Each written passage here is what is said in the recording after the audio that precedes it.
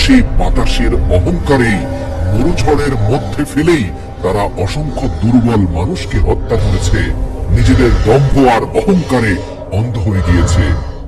হযরত নূহ আলাইহিস সালামের নৌকায় আশ্রয় পাওয়া অন্যান্য মানুষদের জাতি আদ জাতির মতো এত বিশাল লম্বা ছিল না। তাদের শরীর ছিল সাধারণ মানুষের তুলনায় কয়েক গুণ বিশাল। নদীর তীরে বা পাহাড়ের গায়ে তাদের সেই পায়ের ছাপ আজও চোখে পড়ে, যা দেখে মানুষ বিস্ময়ে হতবাক হয়ে যায়। তাদের ঘরের দরজাগুলো এতটাই উঁচু ছিল যে ঘোড়ার পিঠে বসে একজন আরোহী অনায়াসেই ভেতরে ঢুকে পড়তে পারত। তারা পাথরের তৈরি বড় বড় পাত্র ব্যবহার করত। এক একটা পাত্র এত বড় ছিল যে তাতে পুরো বংশের রান্না একসাথে হয়ে যেত। সময় গড়িয়ে চলল আর তাদের অহংকারও বাড়তে থাকলো। দিন যতই যাচ্ছিল তাদের দম্ভ ততই মাত্রা ছাড়াচ্ছিল। তাদের চেয়ে ছোট আর দুর্বলরা যখনই তাদের খপ্পরে পড়ত, বাধ্যতামূলক তাদের মিথ্যা প্রশংসা করতে হতো, কেননা সমালোচনা সহ্য করার ক্ষমতা তাদের ছিল না। আল্লাহ দেখলেন এরা দুর্বলদের কথা মোটেই পরোয়া করে না।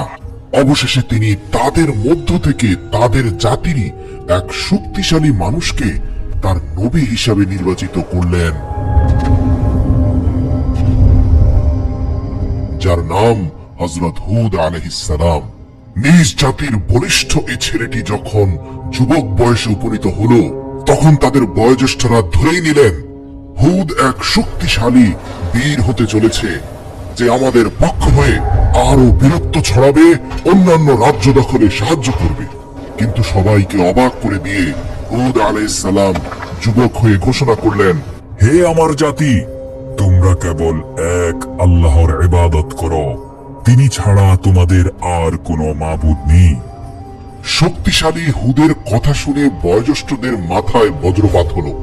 বয়োজ্যেষ্ঠরা ক্ষেপে গিয়ে বলল, কি বলছো তুমি হুদ? যে বাপ দাদাদের ধর্ম পালন করে আমরা এত শক্তিশালী হয়েছি, সেই ধর্ম আমরা ত্যাগ করব?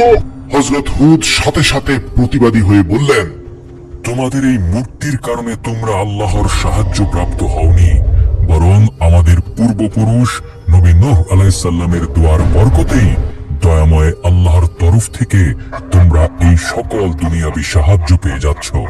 আর আমি তার তরফ থেকে প্রেরিত হয়েছি তোমাদের সতর্ক করতে।